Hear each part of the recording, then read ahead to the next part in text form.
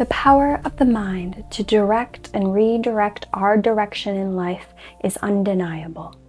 John Milton's quote, "A mind can make hell out of a heaven and heaven out of a hell," and Dante's quote, "We are our own hell," can be applied to one choosing toxic people to love or confusing obsession with love.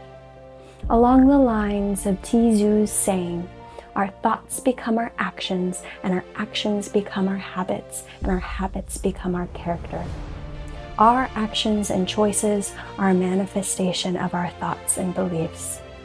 Therefore, if someone obsessively thinks of another, it is important he or she tries to solve self-defeating beliefs in order to alter the anxiety-ridden structure of her thinking process and break free from obsession. I want to make clear that I will not be discussing the natural obsessive stage that lasts up until 16 months at most when one is in love, but rather a perpetual obsession. Obsession is an overwhelmingly strong attraction or desire for the other that stimulates one's thoughts or feelings by a persistent idea, image, or desire.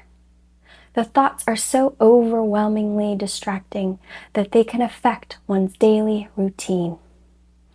Obsession can be so impulsive that it can sometimes even be associated with a mental disorder. I will outline the traits of obsessive love, so if you see yourself in this self-destructive pattern of obsessing over someone, you can then discover and unravel the internal root of the problem, whether that be insecurities, fear of abandonment, or some other internal struggle, to then release this pattern. First, understand, obsession is never about the object of your desire. In other words, the person you obsess about. Rather, it is about unresolved issues within yourself that need to be further examined and reprogrammed. Therefore, your object of obsession holds no mental control over you, even though it may feel like that. Rather, you hold complete control over dismantling this illusion, a mere projection of your own internal struggle with an issue irrelevant to the fixation of desire. The causes of obsession is the result of an ego being hurt and not a heart. When the ego powerfully surges, love is replaced by power, a desire to win and possess a person. When a lover is rejected, she or he can resort to stalking, whether in person or online, and sometimes may even result to violence. Some obsessive love addicts, who typically take the form of serial daters, are obsessed with the infatuation love stage and go through many relationships, seeking this intense high that comes with the sexual attraction and romance period in the beginning. And when things get too real and too emotionally close, they walk away for the next intense attraction. Obsessive love doesn't necessarily mean you have to have relations or a connection with someone to feel this obsession. Rather, you may not have a real connection at all with the object of your obsession. Obsessive love focuses on persistent thoughts or feelings of a partner or someone whom you aren't sexually or romantically involved with at all.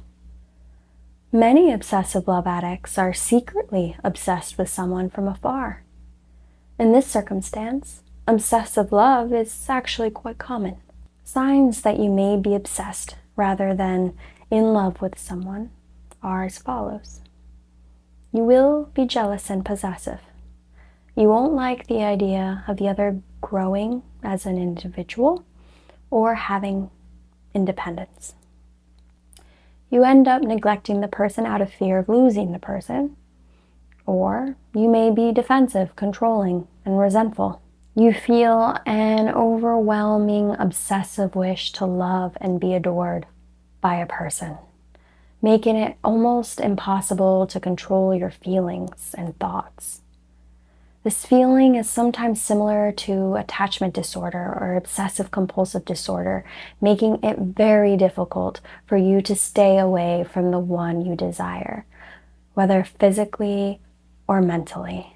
I'd like to highlight that this desire for the other is really about the desire to heal. Subconsciously, you feel that if you obtain this person, then you will correct the past and heal an old emotional wound that still throbs. For instance, the one obsessed about could represent a girl's emotionally unavailable father, keeping her continually wanting the unreachable, his love and validation. Ironically, once obsessive lovers obtain their desire, they lose interest. Their interest was in the space between her and her object of desire. I say object and not person of desire because the person is just subconsciously a symbol to her, a wake-up call to address the wound she obsessively licks through each obsessive thought, trying to heal to no avail until she looks inward and addresses the ghosts or circumstances that drive her towards lonely open spaces of non-connection, a spinning vortex of unconscious pain.